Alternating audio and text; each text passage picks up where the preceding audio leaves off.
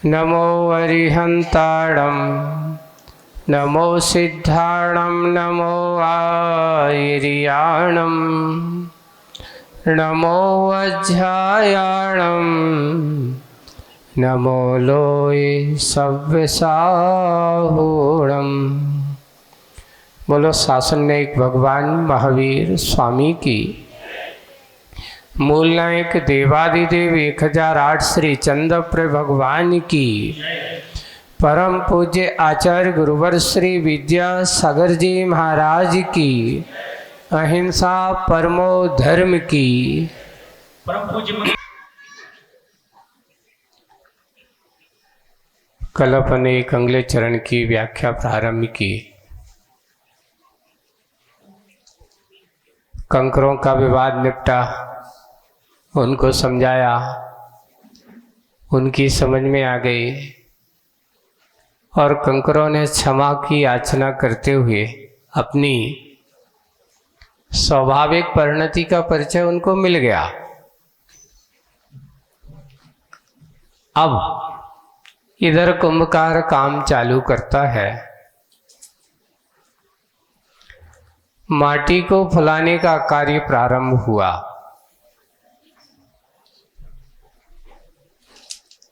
माटी के फूलने का कार्य प्रारंभ होने वाला है। फूलेगा कैसे? बिना पानी के माटी फूलने वाली नहीं है। तो माटी के लिए पानी लाने के लिए कूप पर वह पहुंचा है। कौन? शिल्पी कहो, कुंभकार कहो।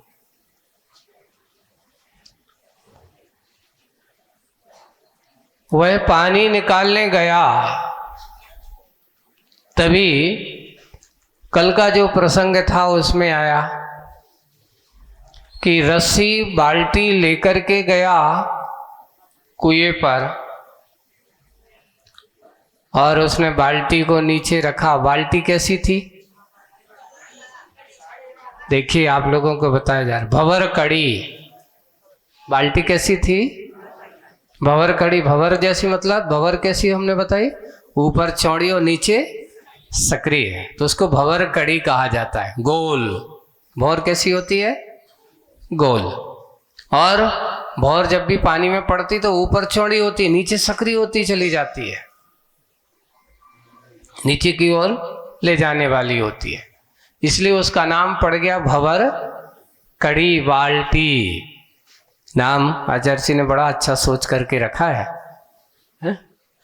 तो नाम सोचा और नाम करके, तो वो भी कड़ीदार है, नीचे उसके अंदर कड़ा लगा हुआ है, क्योंकि बाद में पानी छानने के बाद बिना बिलछानी डालते। देखो, पानी खींचनी मात्र उद्देश्य नहीं है, उस कड़ा का उपदेश होता है कि पानी कैसे वापस बिलछानी को कहाँ से, जहां से आई वहीं पर पहुंचाना। इसलिए बाल्टी हमेशा कड़ीदार होना चाहिए, ये कहा जा रहा है। तो भंवर कड़ी बाल्टी ये शब्द दिया गया है। बाल्टी उसने रख दी, लेकिन अब रस्सी को उसमें बांधना चालू किया तो देखता क्या है? उलझी है। उलझाते उलझाते देखते देखते एक उसमें गांठ पड़ी हुई है। तो कल संवाद चला था गांठ का, काय का? गांठ पड़ गई है। अब गांठों को वो खोल रहा है। उस गांठ को उसने हर तरह से, यहां तक कि गांठ खोलते समय उसके हाथ, नाखून बिल्कुल लहूलुहान हो गए, तब नहीं खुली। तो फिर उसने क्या किया? दांतों ने कहा कि स्वामी मुझे सेवा का अवसर दीजिए। दांतों ने कहा स्वामी मुझे क्या दीजिए? सेवा का अवसर दीजिए, मैं तो हूं। आपके हाथ अब काम नहीं कर रहा है, जब हाथ काम नहीं करते तो क्या काम करेंगे? अब दांतों से काम होगा। और दांतों से काम करने के लिए दांतों ने भी काम चालू कर दिया, पर हुआ ये कि दांत भी उस गांठ को खोलने में हिल गए और छिल छुल गए, कल यहां तक अपना पहुंच गया था, छिल छुल गए, उनमें से भी मांस बाहर झांकने लगा। आज की घटना अब आगे बढ़ती है। अभी प्रसंग अपन वहां पर है, अभी गांठ खुली नहीं है, गांठ खुलने की प्रक्रिया चल रही है।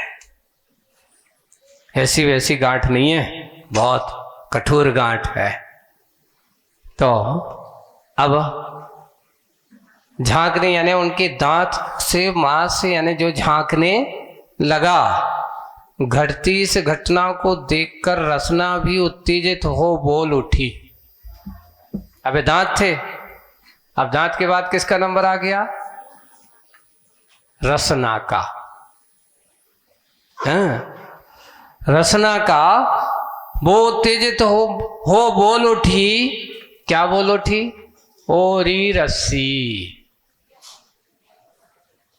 ओरी रस्सी, मेरा और मेरी और तेरी नाम राशि एक ही है।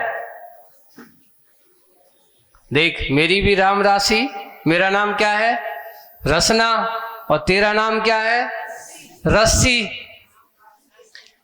तेरी भी तुला राशि है और मेरी भी तुला राशि है, दोनों की राशि एक सी है। तेरी भी राशि है जो वो मेरी भी राशि है, वही बात है। ओरी रस्सी, मेरी और तेरी नाम राशि एक ही है, पर नाम राशि तो एक है, पर काम तेरा अलग है और मेरा काम अलग है। आगे उसकी व्याख्या चले। परंतु आज तू रस सी नहीं है। अच्छे से व्याख्या देखो। आज तो कैसी? रस सी नहीं है। क्या तेरा नाम रस्सी है, पर तू आज रस सी नहीं है, निरी नीरस लग रही है।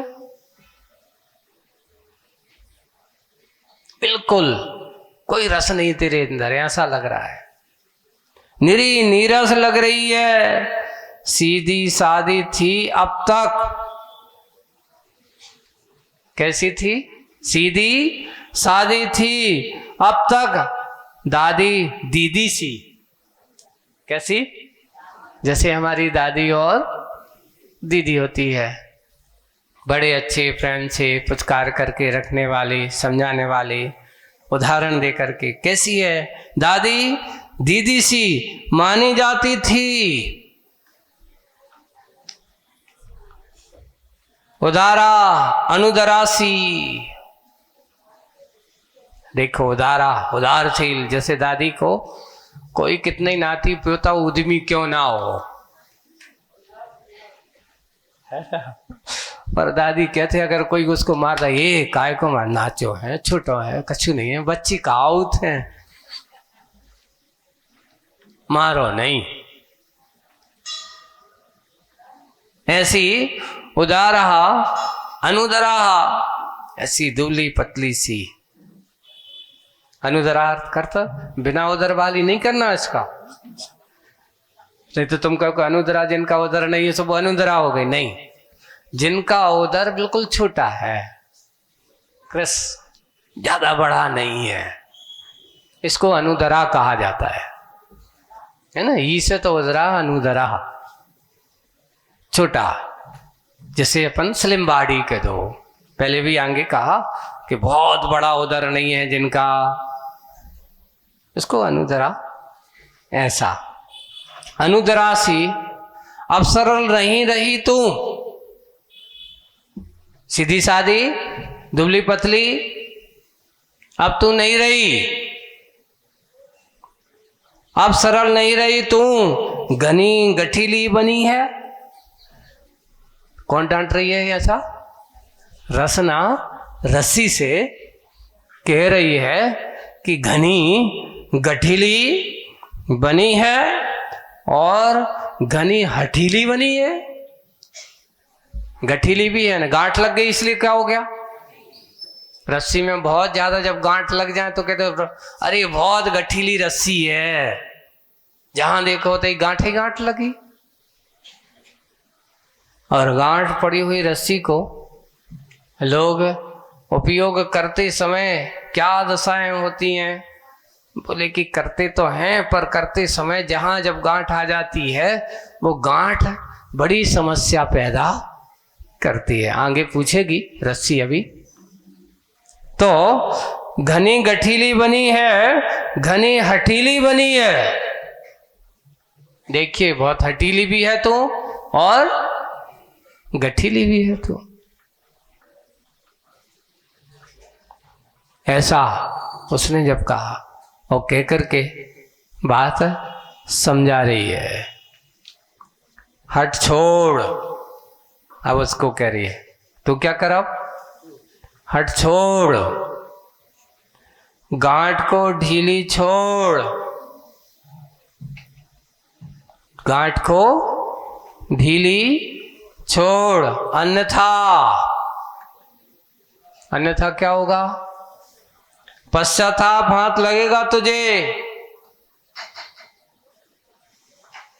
पश्चाताप हाथ लगेगा तुझे, चंद पलों में जाओ अविभाज्य जीवन तेरा। यानी अभी तो एक है और नहीं तुमने हट छोड़ी तो लोग क्या करेंगे? अरे चलो तो जितनी बड़ी बन रही है फिर तो के दो हिस्से कर देंगे तो तू कैसी हो जाएगी? अविभाज्य। अविभाज्य जीवन तेरा विभाजित होगा दो भागों में। अभी तक तू बिल्कुल अविभाजित बड़ी है, और अगर तूने हट नहीं छोड़ा, ये गांठ को ढीला नहीं छोड़ा तो तेरा क्या होगा? बोले कि विभाजित होगा दो भागों में। और इस निंदकारी के प्रति तेरी इस गांठ की बहुत खराब है जा रस्सी, ऐसे लोग कहते हैं। या गांठ तो खुलता ही नहीं है, कैसी लगी है। अब आप लोगों के सामने जब होती है तो देखो कितने परेशान हो जब कोई गांठ खोलने की बात कही जाए। तो आदमी क्या कहते हैं, पता नहीं कौन ने लगाई है, क्यों लगाई है, ऐसी क्यों लगी है। तरह तरह के आदमी विकल्प करता है। क्या जरूरत थी इतनी गरी जोर से गांठ लगाने की? ये सारे के सारे विकल्प और संकल्प ना जाने कितने होते हैं, बहुत सारे होते हैं। ऐसे ही उसके मन में ये तो कह रहे हैं कि और अगर इस तरह अगर तू नहीं तो इस निंदकार के प्रति छी छी, और फिर बाद में छी छी अपन कहते हैं ऐसा, फिर बाद में थू थू कह धिक्कारती सी रसना उस रस्सी को, है ना। गांठ के संधि स्थान पर अब नहीं हुआ तो अब क्या करें? रसना जब मुंह से दांत नहीं खोल पाए तो फिर रसना ने भी उसका क्या किया? सहयोग दिया। दांत लहूलुहान हो गए, हिल गए, खोल नहीं पा रहे, तो रसना ने फिर क्या किया? गांठ के संधि स्थान पर लार छोड़ती है। क्या करती है? वाह, पहले लोग गांव के वो तुम देखना, जब ये लोग गैया वगैरह या कोई बांधते थे, कोई गांठ हाथ ऐसे पड़ जाए और नहीं खुल रही हो तो फिर पानी में डाल देते थे, या पानी में उसके ऊपर डाल देते थे। या तो गांठ लगाने हो तो, और गांठ खोलने हो तो, लगाने हो तो भी गीली करते हैं। अच्छी लगाने, जो पहाड़ बांधने वाले जो होते हैं ना, जो देखते हो ना तुम लोग, हाँ, तो उसमें बांधने वाले हैं तो उसको करते हैं। यहां तो खोलने के लिए किया जा रहा है, तो उसने क्या किया? गांठ की संधि पर लार छोड़ती। परिणाम यह हुआ कि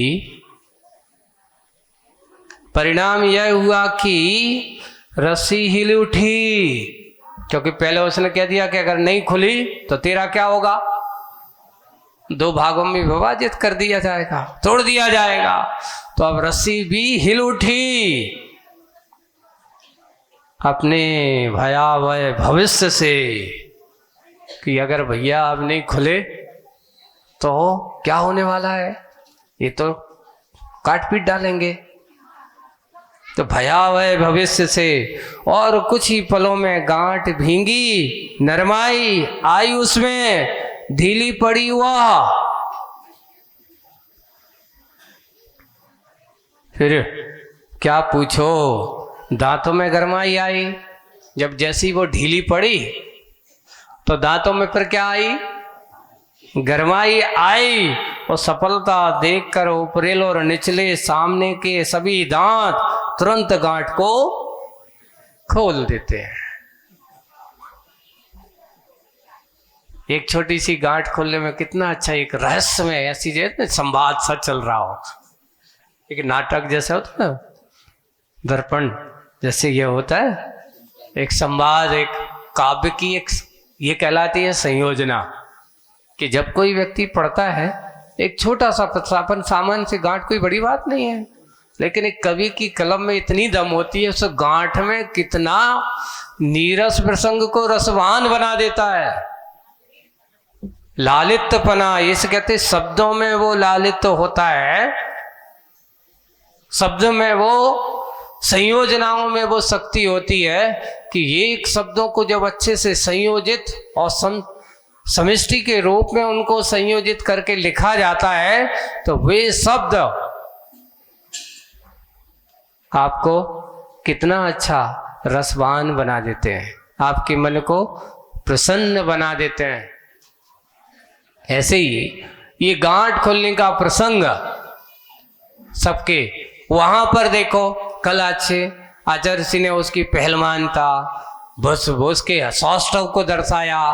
सौष्ठव को दर्शाने के बाद नाखून के बाद अंगुली और तर्जनी के परिणाम को बताया, और परिणाम में इतनी शक्ति दर्शाई गई कि वे नाखून भी खूनदार और दिखाई देने लगे, लाल लाल हो गए, फिर भी नहीं खुल रहा है। फिर दांतों का आमंत्रण आया, फिर आज रसना का आमंत्रण।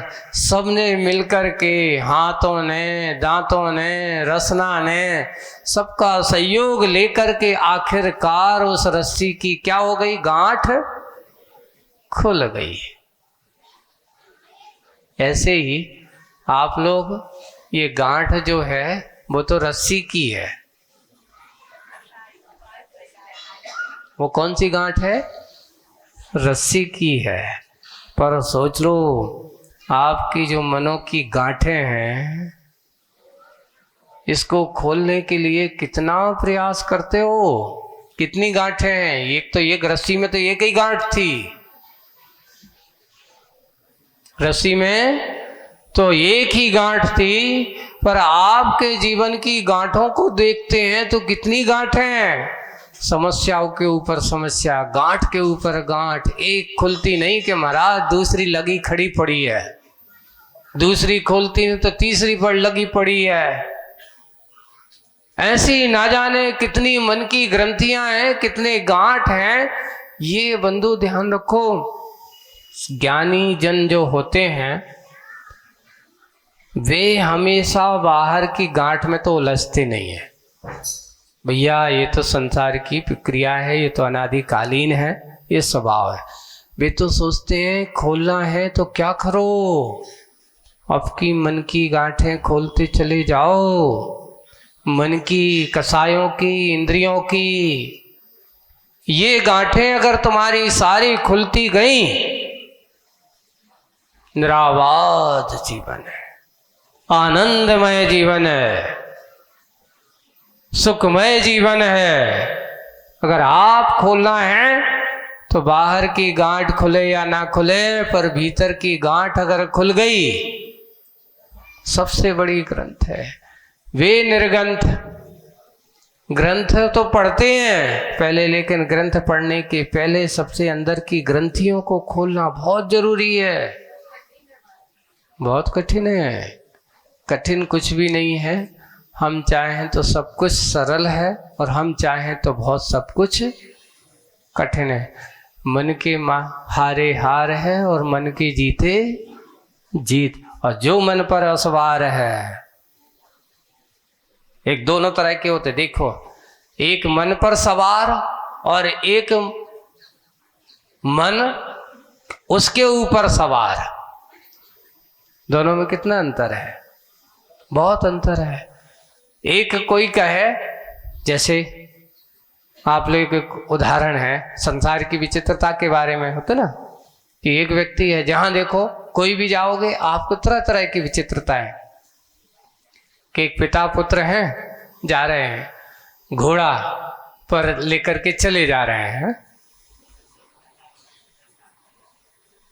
पिता और पुत्र दोनों हैं, दोनों घोड़े पर बैठे हुए हैं, जा रहे हैं। संसार में लोगों ने देखा, देखो तो कितने विश्रम है, एक नहीं दो दो बैठे, शर्म नहीं आती, तनक भी दया नहीं है। कैसा है? उनने सुन ली, मन में सोचा हाँ यार सही तो कह रहे।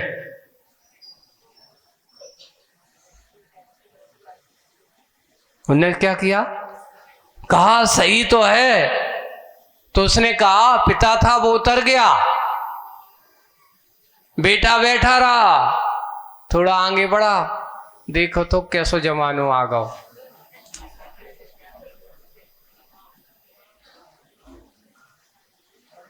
बूढ़ो बाप तो पैदल चल रहा है और जवान लड़का काय पे बैठो? घोड़ा पे बैठा। बेटे ने सुनी, सुब उतर गया, अब पिता से कहा तुम बैठ जाओ, वो बैठ गया। उल्टा थोड़ी विचित्रता, जहां देखो आपको वही मिलेगी। आगे बढ़ा, देखो तो नन्नो सो बालक है, वो को पैदल चला रहा है और स्वयं जाके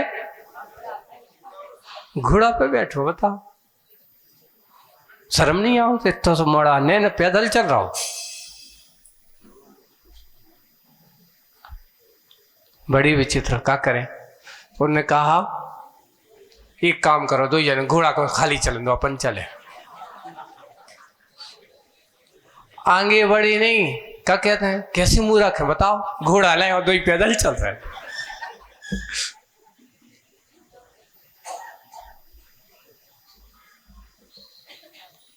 संसार में आदमी के मन की ग्रंथियों को समझना बहुत कठिन काम है।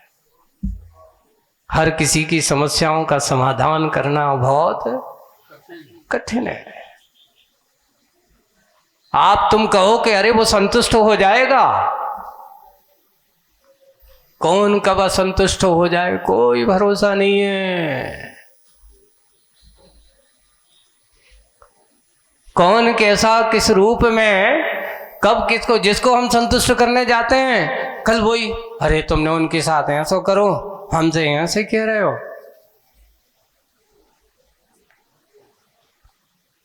बंधुओं, सारभूत बात है कि संसार में दूसरों को संतुष्ट करने जाओगे तो तुम असंतुष्ट हो जाओगे, इसलिए दूसरों को नहीं स्वयं को संतुष्ट करो जिसमें फायदा है। अगर आपको लगता है कि मेरा अच्छा है, मेरा ऐसा हो रहा है, मुझे अपने आप की क्षमता को समझने की कोशिश करो। अगर धर्म ध्यान करना है तो, कल्याण करना है तो, हम सबको संतुष्ट करने में लग जाएंगे तो स्वयं असंतुष्ट हो जाएंगे। भैया कौन तुमसे रुष्ट हो जाए, कौन तुम्हारा दुश्मन बन जाए, कोई भरोसा नहीं है। वे ज्ञानी जन हमेशा एक ही काम करते हैं कि अपने अंदर की मन की ग्रंथियों को जहाँ को कहीं मेरे मन में किसी के प्रति, किसी के मन में मेरे प्रति अगर होता है तो भैया मैं तो किसी के ऊपर अंकुश नहीं लगा सकता, लेकिन अपना एक ही काम होना चाहिए, देख दूसरों की बढ़ती पर कभी ना ईर्षा भाव धरो। अगर ये भाव है अपना, अरे भैया वो तो दिनों दिन बढ़ रहा है यार, अपन देखो हजारों कितने सैकड़ों साल से काम करे जो अपन नहीं कर पाए, वो तो अभी 2-5 साल को जो हमसे बड़ा कैसा हो सकता है। किसी के पुण्य को अपनी पुण्य की तराजू पे तोलने की कोशिश मत करिए। उसकी पुण्य की तराजू अलग है, तेरी तराजू। हम क्या करते हैं, तुलनात्मक करने चालू करते हैं, उसने हमसे बड़ा कैसे हो गया, हमसे बड़ा वो कैसे बन सकता है, मेरे से आगे वो कैसे बढ़ सकता है।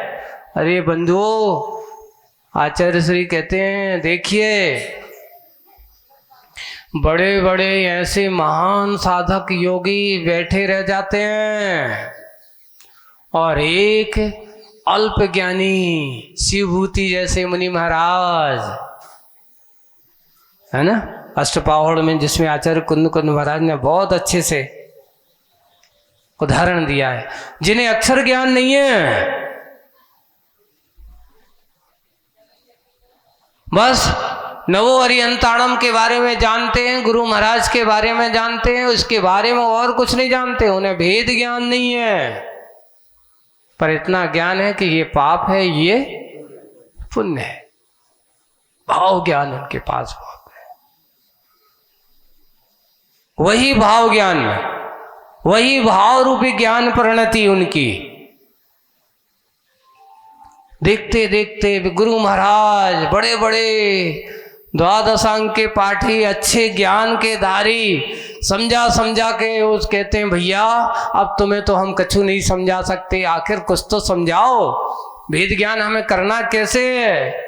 तो एक बार उन्होंने वो उदाहरण दे दिया, काय का, जैसे दाल अलग हो, दाल को छिलका अलग है। अब कैसो है, तो आहारचर्या को जाते समय उन्होंने देख लिया, एक माँ क्या कर रही है, दाल को, बोले क्या कर रहे हैं, तो बोले कि दाल अलग कर रहे हैं और छिलका, बस। पे शिवभूति महाराज वहां लिखा, तुष्मासम घोषंते जायते शिवभूति शिवम मोक्षम, ऐसा अष्टपावड़ में लिखा है। आचार्य कुंद महाराज लिखते हैं, तुष्मासम घोषंतो, मांस लगे हैं, जैसे दाल अलग है, छिलका अलग है, वैसे मेरी आत्मा का ये शरीर अलग है और आत्मा नवोरियंताणम भूल गए, वेद ज्ञान की परिणति में लीन हो गए। केवल ज्ञानी, सोचो, केवल ज्ञान को प्राप्त करके उसी भाव से मोक्ष चले जाते हैं। बड़े बड़े ग्रंथों को पढ़ने वाला निर्ग्रंथ भी ग्रंथि खोल नहीं पाता, और बिना ग्रंथ पढ़े भी अपने अंदर के कसाय, मोह, राग, देश की ग्रंथि को खोल करके वे केवल ज्ञान प्राप्त कर लेते हैं। इसलिए द्रव्य शुद्ध से महत्वपूर्ण भाव शुद्ध की परिपाटी होती है। भाव श्रुत ही सबसे बड़ा मोक्ष का मुख्य कारण है। द्रव्य शुद्ध वो भाव शुद्ध का कारण तो है, लेकिन पूर्णता केवल ज्ञान का कारण हो ऐसा कोई जरूरी नहीं है। कभी कभार कम भी हो, अल्प भी हो, अष्ट प्रवचन का मात्र भी है, पंच समिति आत्मक भी है, मातृका ऐसा भी कहा। इतना ज्ञान भी आदमी को केवल ज्ञान का कारण। ग्रंथों में वही बात आज यहाँ हमारे लिए, हम सबके लिए, कि वो ग्रंथि खुल गई किसकी, रस्सी की, पर संकेत हम सबको मिलता है कि बंधुओं, जैसे बाहरी निमित्त से उसकी ग्रंथि तो खुल गई, पर तुमने अपनी ग्रंथि खोली कि नहीं? बांध रहे हैं कि खोल रहे हैं? बांधने वाला और खोलने वाला, आपको देखो, गांठ बांधना बहुत आसान है, कितना समय लगता है। तो उससे कहो कि रस्सी से इसमें जल्दी जल्दी गांठ बांधो, एक कंपटीशन रखा जाए, है ना। और रस्सी रख दी, रख करके सबसे पहले गांठ बांधो, बांध दी गई। कितनी बांधी किसने? बोले कि हमने 100 बांध दी, हमने 150 बांध दी। अब जितने समय में तुमने बांधी है उतना ही समय तुम्हें दिया जा रहा है, उसमें से खोलो उन गांठों को, उतना ही समय है जितना समय तुम्हें बांधने में लगा। बंधु 2-4 ही गांठ खुलेंगी, और वो भी खुल जाए कोई भरोसा नहीं है। गांठ बांधना बहुत आसान है, और खोलना, ऐसी कसाई करना बहुत आसान है। और कोई कसाई का आक्रमण तुम्हारे ऊपर हो रहा हो, कोई तुम्हें गाली दे रहा हो, तो कोई तुम्हें भला बुरा कह रहा हो, उस समय तुम अपने आप को मुनि महाराज की तरह, है ना, कैसे मुनि महाराज की, अर्घावतारण असी प्रहारण, मैं सदा समता धरण। ऐसी समता रखने वाले बहुत कम होते हैं, बिरले ही होते हैं। ऐसा नहीं कि नहीं होते, ये मत सोचना कि नहीं होते, होते हैं, बिरले ही होते हैं कि जो कसायों का विस्फोट हो रहा हो पर उसका जवाब नहीं देना। लेकिन ये भी ध्यान रखना, ऐसा नहीं है कि अबे तो हम जवाब नहीं दे रहे, आना दो, मौका पे हम जरूर दें। वो तो और खतरनाक है। ऐसे लोगों से और सावधान रखना चाहिए कि जो सामने तो तुम्हें ऐसा लगता है कि उसने तो कोई जवाब नहीं दिया, चुप ही बैठा रहो, कायर है। कभी भी ये मत सोचो कि कोई योद्धा 2 कदम पीछे हो गया है तो समझ लेना कि वो तुम्हारे लिए पीछे हो गया तो डर गया। नहीं, कहावत है, शिकारी जो बाघ जो होता है वो पीछे जाकर के जब छलांग मारता है तो उसमें छलांग में और ज्यादा घातकपना सिद्ध होता है। तो ऐसा भी नहीं है कि अबे तो हम देख लो, अभी तो चुप रह जाओ, अबे कछु नहीं कहते, हम देखते हम बाद में। मन में चल रहा है कि भैया अभी को कहवा ये अवसर ठीक नहीं है, बाकी इसको हम छोड़ेंगे नहीं, तो ये तो और ज्यादा खतरनाक। कर्म का बंध तो सतत चल ही रहा है, समता नहीं है वहां, वो उसको समता मत समझना, वो समता रूप परिणाम नहीं है। अगर अंतरंग में उसको क्या आ रही है, क्रोध आ रहा है, वो तो उसके अंदर की परिणति वही जानता है। ऐसे ही हमें अपने अंदर की कसायों को सबसे पहले खोलना होगा। ग्रंथियां हैं, आज ये हो रहा है, सबसे बड़ी बात यह है कि ना जाने हम किसी को भी दोषारोपण, किसी को भी बुरा भला कहने में बहुत आसान होता है, कुछ भी कह दो। अच्छा ये बताओ, तुम्हारे किसी को गाली दे के और मालूम उसने गलती की है, बुरा किया है ना, वो भ्रष्ट है, वो कैसे ही है, और तुम्हारे चिल्लावे से क्या, तुमने सील लगावे से क्या वो निर्दोष हो जाएगा, वो बुराई छोड़ देगा। इसलिए सबसे अच्छा ये कि तुम अपनी बुराई, दूसरों की बुराई करना भी अपनी सबसे बड़ी बुराई है, उसको निकालने की कोशिश करो। वही हमें ये बात यहाँ पर भी समझना है, ग्रंथियों को तोड़ना है, उसका पुण्य पाप हो जाने समय पर अपने आप उसको ही भोगना है। हम कर रहेंगे तो हमें भोगना है, सामने वाला करेगा तो सामने वाले को भोगना है। आप उसके ना तो कोई सहयोगी बनने वाले हो, है ना साथ देने वाले हो, कोई किसी का नहीं। और इतना निश्चित है, कब कितना भी कोई कितना भी हो, समय अपने आप हर व्यक्ति को दिखा देता है। आप ये मत सोच लें कि अरे महाराज इतना सब कुछ कर रहा है फिर भी सब कुछ चल रहा है। नहीं, आप धोखे मत रहो, समय अपने आप आता है और समय के अनुसार उसको देखने को मिल ही जाता है। और गुरु जी का सिद्धांत वही है, कुछ मत करो, समय पे सब कुछ मिल जाएगा। और वही बात यहाँ गांठ खुल गई। किसकी गांठ खुल गई? रस्सी की। एक काम तो हो गया, चलो बहुत अच्छा हुआ। अब आगे की बात, जब रस्सी की गांठ खुल जाती है तो आखिर रस्सी को रहा नहीं गया, रस्सी से रहा नहीं गया।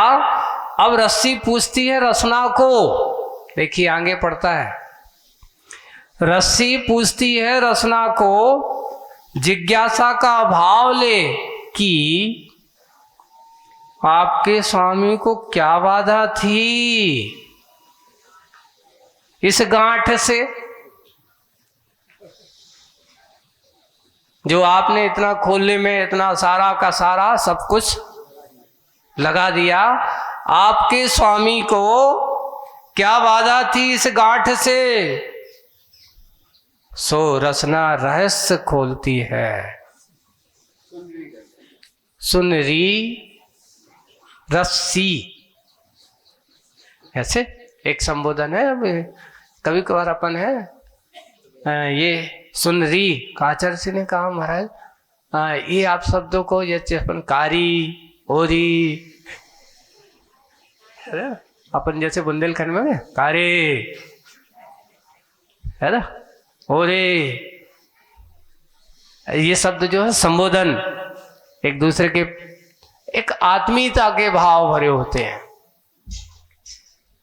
संबोधन में। इनमें वैसे ही ये आत्मीयता का एक संबोधन से भरा, तो क्या कर रहे हैं? सुनरी रस्सी।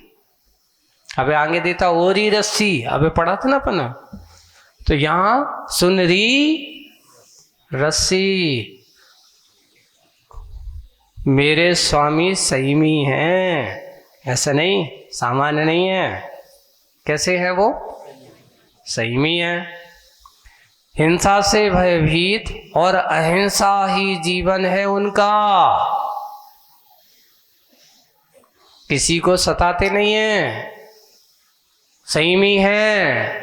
हमेशा अपने आप की जैसे रक्षा चाहते हैं, प्रत्येक जीवों की रक्षा करने के भाव उनके मन में समाये हुए हैं, इसलिए वो संयमी है। वे कभी किसी का अहित नहीं करते, इसलिए संयमी है। अपना हित करने में तत्पर रहते हैं, इसलिए संयमी है। ऐसा नहीं कि अपना हित करने में तत्पर है तो दूसरों को अहित करने में तत्पर हो जाए, नहीं। संयमी कभी दूसरों का अहित भी नहीं करता, स्वयं अपने हित का मार्ग प्रशस्त करता हुआ चलता है। वही कहा मेरे स्वामी संयमी है, हिंसा से भयभीत हैं और अहिंसा ही जीवन है उनका। उनका कहना है कि संयम के बिना आदमी नहीं। तो आप बैठे हो, हम आदमी तो हैं, अगर संयम नहीं तो आदमी, बिना संयम के आदमी, सकल सूरत से आदमी बनना अलग बात है, लेकिन आदमी सही गुणों से बनना चाहिए। वो व्याख्या आपको आ रही है, यानी आदमी की व्याख्या अच्छे से सुनना। तुम आदमी हो? बोले कि हाँ हम आदमी हैं। तो मूक माटी में आदमी की व्याख्या क्या है? किसे कहते हैं आदमी? तो वही आदमी है जो यथा योग सही आदमी है।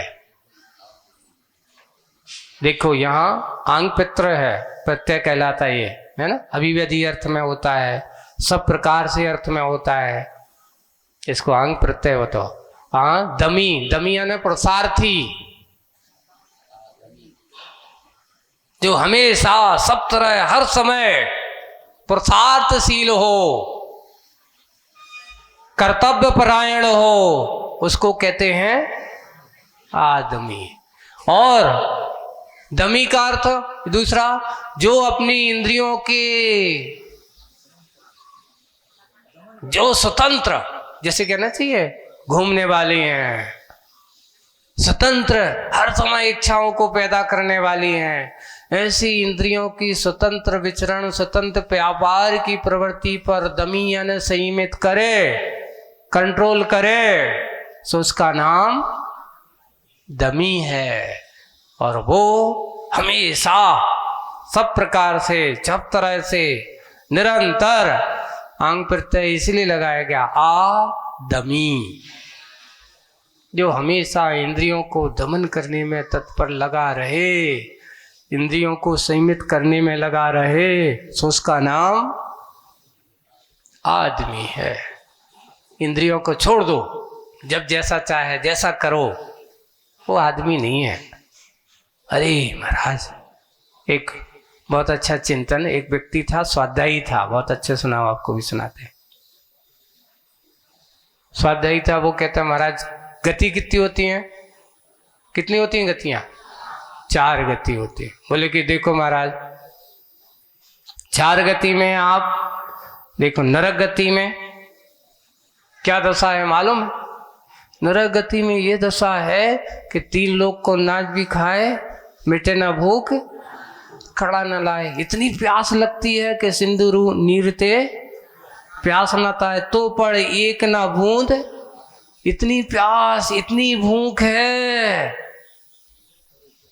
इतनी प्यास और इतनी भूख है कि तीनों लोगों का नाच भी उसके सामने रख दिया जाए तो भी उसकी भूख शांत नहीं होती, फिर भी एक दाना खाने को नहीं मिलता।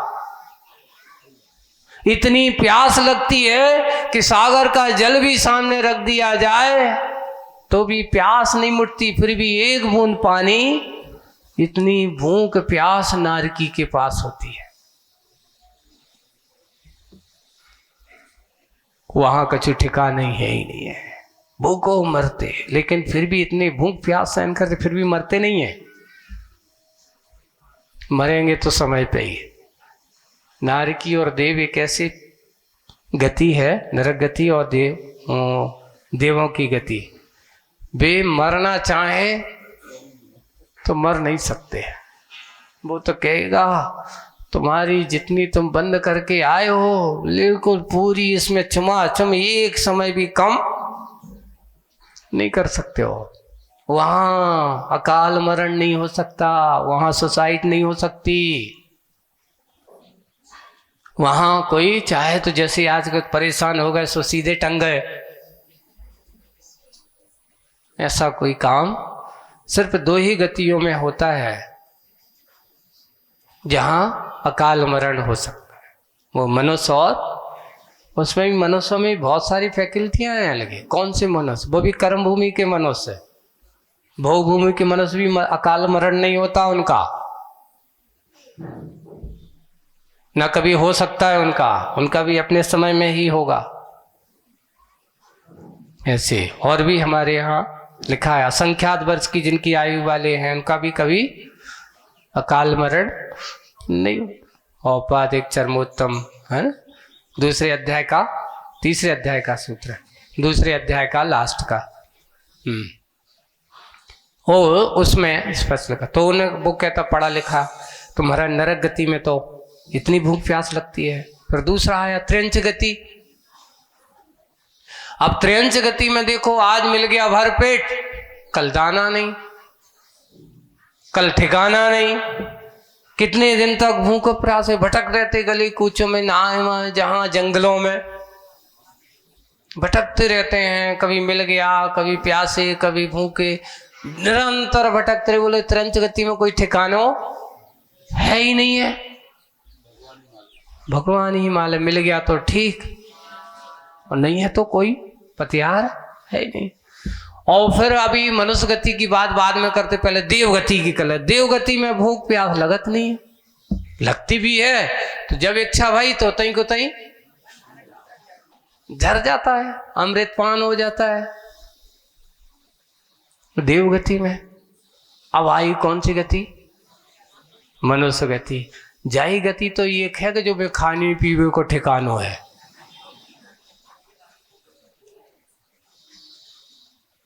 अब वही में भी तुम कह रहे हो कि जो छोड़ो, जो मत खाओ, अब मत खाओ, रात में मत खाओ, महाराज एक ही गति है, दिखा दिखा के और छुड़वा दे तो आप। कल रविवार है फिर से।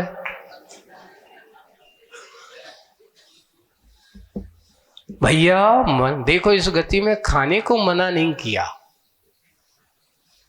पर शरीर भी तो है, वो भी तो कहता कि भैया जीव कह रही है वो 4 अंगुल की है, वो जो बात कह रही लाओ। शरीर कहता भैया मेरी क्षमता नहीं है, सामर्थ्य नहीं है पचाने की।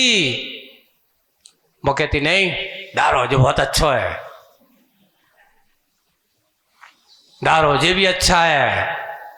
वो कहता ये क्या था रसगुल्ला, ठीक है भैया ज्यादा मत खा। अरे तू जाना था, कब पता नहीं मिलो कि नहीं मिलो, मौका मिला तो ले लो। पर क्या होता उसके बाद में, पर आगे कहता अब हाथ मत लगा देना,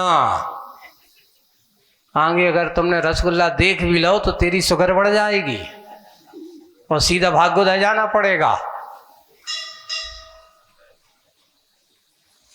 आप क्या करना चाहते हो? ये ऐसी परिणतियां हैं बंधु। मनुष्य गति बात सत्य है कि यही है इंद्रियों को दमन करने का समय अगर है। जो व्यक्ति इंद्रियों को स्वतंत्र छोड़ने की बात करता है, खाने पीने की दिन रात बात करता है, वो आदमी नहीं है। वो कौन नहीं है? आदमी वही जो अपनी इंद्रियों को संयमित करे। एक समय मर्यादा, कब कहां कैसे कितना कब खाना। क्या आपके महाराज नहीं भोजन करते हैं? सब कुछ करते हैं, बेबी मिठाई खाते हैं, लेकिन खाते हुए तुम्हारे जैसे बच्चों जैसे नाचते नहीं कि वाह बहुत अच्छा। बस वो खाते हुए भी अपने आप को संयमित रखते हैं, संयमी है। इसलिए वो कहते हैं अब बताओ 4 गति में 3 गतियों में कोई तो मतलब है नहीं खाने पीने को, अब एक ही गति रही। तो मैंने कहा लगता है जा गति तुम्हारी मति के कारण से बिगड़ने वाली है, क्योंकि तुमने उद्देश्य मात्र इस पर्याय को खाने पीने का उद्देश्य बना के रखा है। अरे खाने पीने के लिए मात्र मनुष्य गति नहीं है, खाने पीने से हट करके कुछ प्रगति करने की गति होती है, तो वो होती है हमारी मनुष्य गति। प्रकृति का मार्ग अगर कहीं खुला है तो 4 गतियों में मात्र एक ही मनुष्य गति की। ये पतन का रास्ता भी है तो उत्थान का रास्ता भी यही गति में है। हम दुर्गति की ओर ना ले जाएं। कौन सी गति अपने पास है? तो वही बात है। आज आदमी की व्याख्या आचार्य जी ने कहा, देखिए और लिखा है कि जो सही आदमी सो उसका नाम है आदमी। जो अपनी इंद्रियों को संयमित करे सो उसका नाम है आदमी।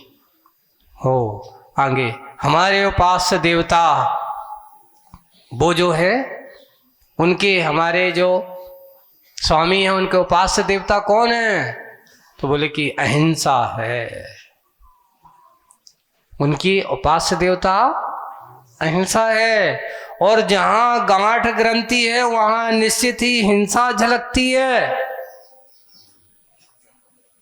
ऋषि ने पूछा था कि आपकी हमारी गांठ से आपत्ति क्या थी, क्या कष्ट था आपको? तो अब उत्तर दिया जा रहा है, क्योंकि हमारे स्वामी के उपास्य देवता क्या है? अहिंसा है। और जहां गांठ या ग्रंथि है वहां निश्चित रूप से हिंसा झलकती है। अर्थ यह हुआ ग्रंथि हिंसा की संपादिका है। ग्रंथि किसकी है? हिंसा की। उदाहरण देकर के बताए। वैसे ही आपकी ध्यान रखना, कसाई की ग्रंथि जितनी भाव हिंसा कराती है, इससे हर तरह से ये शब्द आपको मात्र बाहर की द्रव्य हिंसा की बात नहीं है। यहाँ ग्रंथि हिंसा की क्या है? संपादिका है, संपादन करने वाली है। जो अच्छे अच्छे संयोजित करके दे देता है तो उसका नाम संपादक है। यहाँ पे स्त्रीलिंग में ग्रंथि है, इसलिए उसको क्या कह दिया? संपादिका है। तो ग्रंथि हिंसा की संपादिका है, और निर्गंत दशा में ही अहिंसा पलती है, पल पल पनपती बल पाती है। ऐसी हमेशा निर्गंथ अवस्था, जहां ग्रंथि नाम की कोई चीज नहीं, इसलिए उसका नाम निर्गंथ अवस्था है। हम निर्गंथ पथ के पथिक हैं। इसी पंथ की हमारे यहाँ चर्चा, अर्चा, प्रशंसा, हमारे यहाँ इस निर्गंथ यानी वीतराग पथ, वीतराग मार्ग, यहाँ पर इसी पंथ की हमारे यहाँ चर्चा, अर्चा, प्रशंसा सदा चलती रहती है। यह जीवन इसी भांति आगे आगे भी चलता रहे, बस ऐसी भावना हो, आगे आगे भी ऐसी चलता रहे। अभी गांठ खोल करके और रस्सी को समझाते हुए रस्सी का संबोधन चल रहा है। आगे क्या कहा जाएगा आपको अब सोमवार को, रविवार तो कल अपना नहीं होगा, आगे की बात अपन सोमवार को करेंगे। आज बस इतना ही। बोलिए परम पूज्य आचार्य गुरुवर श्री विद्यासागर जी महाराज। पूज्य सागर जी महाराज की आप सभी को ज्ञात रविवार है, रविवार को चौथा युवा संगम समागम यहाँ का होगा, और इस समागम में आप सभी लोगों